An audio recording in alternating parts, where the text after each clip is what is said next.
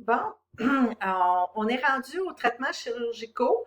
Ça se fait en CDJ. Quand on enlève une cataracte pour mettre une lentille intraoculaire, on fait ça en chirurgie d'un jour. C'est une chirurgie qui dure vraiment pas longtemps. C'est sous anesthésie locale. On leur donne un petit quelque chose là, pour les engourdir un peu, pour les relaxer un petit peu. Donc, c'est pour ça que dans nos interventions ou vérifications avant la chirurgie, on va s'assurer que les patients sont accompagnés parce que vu qu'on leur donne un petit quelque chose pour diminuer leur anxiété, on veut pas qu'ils conduisent après. Puis en plus, on met des gouttes pour vraiment dilater la pupille. Donc, c'est difficile de bien voir quand on a encore la pupille toute dilatée comme ça. On va demander à ces gens-là d'être accompagnés pour retourner à la maison. On va s'assurer qu'ils sont à jeun.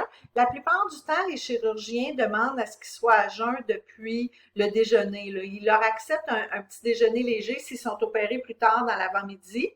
S'ils sont opérés le premier le matin, ils vont demander à ce qu'ils soient à jeun depuis minuit la veille. Mais vérifiez selon vos milieux parce que c'est différent d'un chirurgien à l'autre. La chirurgie de la cataracte, c'est quelque chose qui est fait en CDJ. Et la CDJ, c'est quelque chose que vous allez voir dans votre cours ambulatoire, votre cours 612. Donc, vous allez être appelé là, à voir des patients qui vont avoir cette chirurgie-là.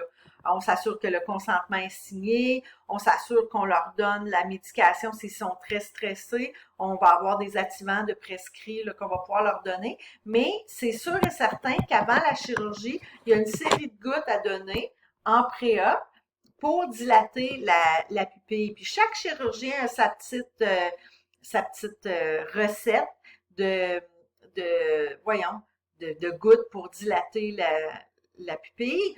Des fois, c'est 2 gouttes, 3 gouttes aux 5 minutes. Ça dépend des chirurgiens, ça dépend des endroits. En post-op, il va toujours y avoir des gouttes antibiotiques pour prévenir l'infection parce qu'on va quand même avoir percé l'œil et des gouttes anti-inflammatoires, des AINES ou des corticostéroïdes surtout en anti-inflammatoires qui vont être en gouttes. Le patient va pouvoir prendre du Tylenol, aussi on va en parler un petit peu plus tard, pour diminuer la douleur, si douleur il y a. Alors, qu'est-ce qu'ils font quand ils font une chirurgie de la cataracte? Mais en gros, c'est qu'ils vont percer l'œil. Puis là, je peux pas aller sur le lien parce que c'est mon deuxième enregistrement. Mon autre vidéo a été bloquée parce que j'avais cliqué sur le lien et c'est une vidéo qui est protégée. Je ne le savais pas. Alors, moi, vous suggère d'aller le cliquer, le lien. Dans le fond, c'est une vidéo avec une chirurgie de l'œil d'une vraie patiente dans une vraie clinique en France. Puis ça vous montre vraiment là, quand les instruments percent l'œil et tout. Alors, ce qu'ils font, c'est qu'ils percent des petits trous, ils vont décoller la lentille, le cristallin de sa capsule, ils le détruisent avec soit des ultrasons, soit du laser, ils le suctionnent pour sortir tous les débris, et un coup que tous les débris sont sortis, ils rentrent la lentille artificielle qui est faite exactement pour ce patient-là. Donc, si le patient portait des lunettes avant la chirurgie, la force de ces lunettes va avoir été intégrée dans la lentille qui va être, elle, intégrée dans son œil. Donc, le patient n'aura plus besoin de porter de lunettes par la suite.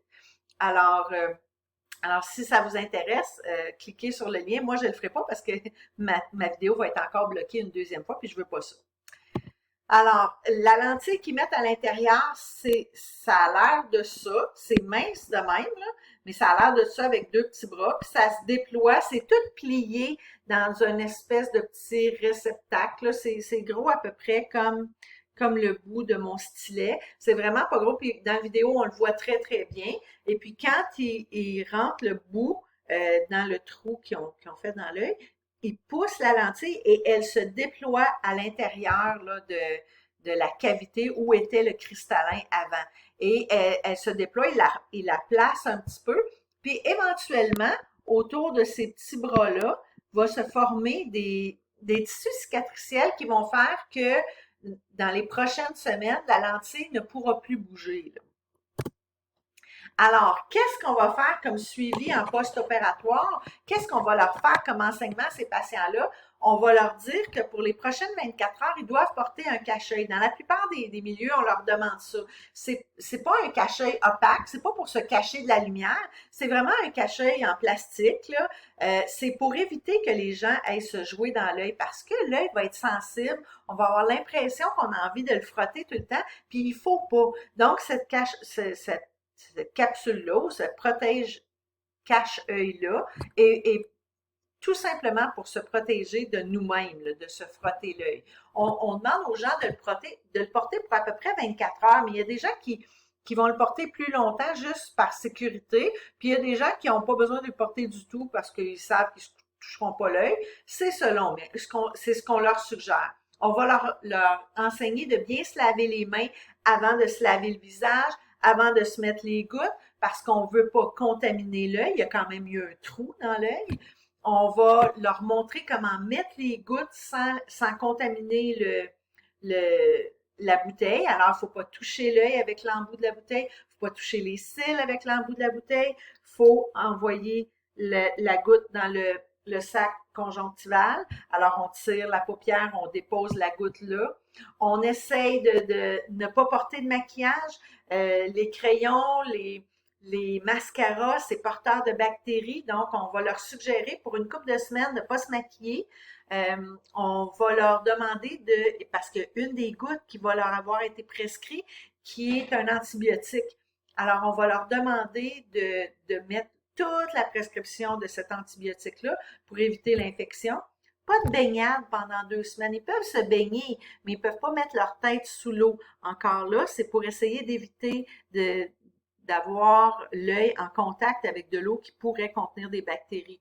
On va leur demander d'éviter la poussière, donc pas de grand ménage, pas de rénovation, même faire la cuisine, les pâtisseries, là, la farine, quand on travaille avec de la farine, ça fait de la poussière. Donc, on va leur demander pour une couple de semaines d'essayer d'éviter tout ça. Vous allez voir après là, qu'il y a des trucs qu'on va leur demander de ne pas faire pour ne pas déplacer la lentille non plus. Alors, pour les gouttes, je l'ai dit, on se lave les mains avant de prendre la bouteille. On dépose la goutte dans le sac conjonctival. On essaye d'éviter, quand on fait ça, de toucher l'œil, de toucher les cils parce que ça pourrait contaminer la bouteille. On respecte l'ordre d'administration. Alors, on met les solutions en premier. Ensuite de ça, les suspensions. Une suspension, là, c'est une bouteille on demanderait de brasser avant de la mettre parce qu'il y a un petit dépôt qui va se former dans le fond. Ça, c'est une suspension. Alors, la solution, elle est claire. La suspension, il faut la brasser. Puis les onguents, c'est toujours le dernier à être mis parce que c'est ça qui est le plus long à absorber. On leur demande d'attendre un bon 5 minutes entre chaque. Alors, pour 24 heures, on leur demande de se reposer, pas de conduite automobile, autant parce que leur pupille va être dilatée qu'on leur a donné des médicaments pour les relaxer. On va leur demander de ne pas soulever des objets lourds, alors pas d'objets plus que 7 kilos. Il y a des places qui disent 5 kilos. Alors, faut donner-leur des exemples de qu'est-ce que ça peut avoir l'air 7 kilos. Tu sais, un gros chat, là, ça peut peser 7 kilos. Un petit chien, ça peut peser 7 kilos. Un bon sac d'épicerie, ça peut peser 7 kilos. Un panier à linge sale, ça peut peser 7 kilos. C'est juste pour leur donner une idée de l'envergure de 7 kilos. On va leur demander au lieu de se pencher vers l'avant, de se plier les genoux, donc de ne pas se pencher pour attacher leurs souliers ou mettre leurs bas, parce que en se penchant vers l'avant, on augmente la pression intraoculaire. Puis, augmenter la pression intraoculaire peut faire déplacer la lentille.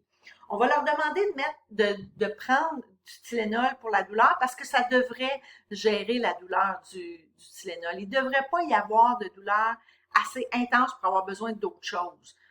On va leur dire que c'est normal de sentir du picotement.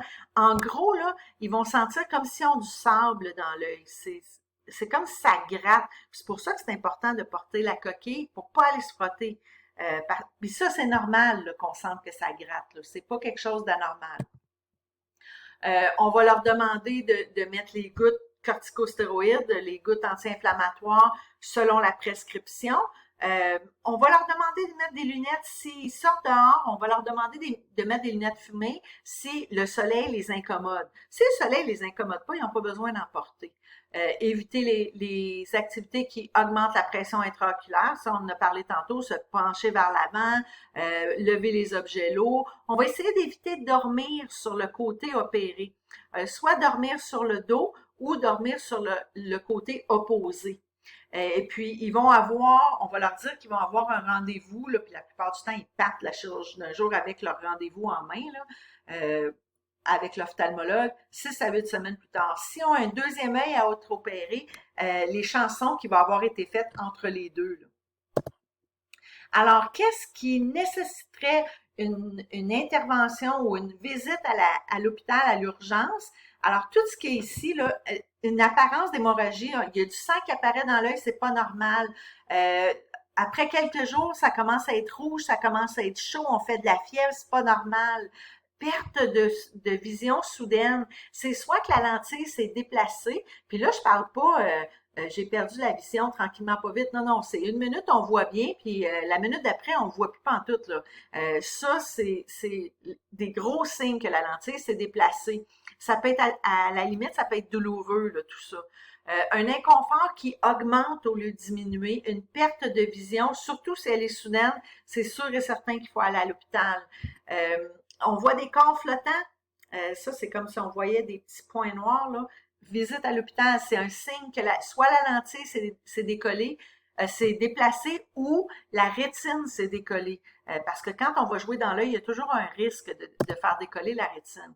Ici, je vous ai mis, là, c'est une diapositive, c'est une fiche qui est dans votre volume. Qu'est-ce qu'on fait après la chirurgie oculaire? C'est un peu tout ce que je viens de vous décrire, l'importance de ne pas lever des poids, de porter la coquille, de mettre les gouttes, comment les mettre, à 5 minutes d'intervalle, on met la solution en premier, la suspension en deuxième, le onguent en dernier, de bien se laver les mains, si on a contaminé notre bouteille, on la jette. C'est un peu un résumé de qu'est-ce que j'ai dit avant, là. Et puis là, c'est fini. Fait que dans le fond, c'est une bonne affaire que j'ai eu à refaire ça, cette vidéo-là, parce que dans l'autre version, il y en avait 2 sets de capsules. Donc, je vous invite par contre à aller le voir, le vidéo, si ça vous intéresse, là. C'est vraiment un beau petit vidéo qui est assez, c'est gruesome un peu, là, mais ça vaut la peine d'être vu. Alors, je vous remercie beaucoup. Au revoir.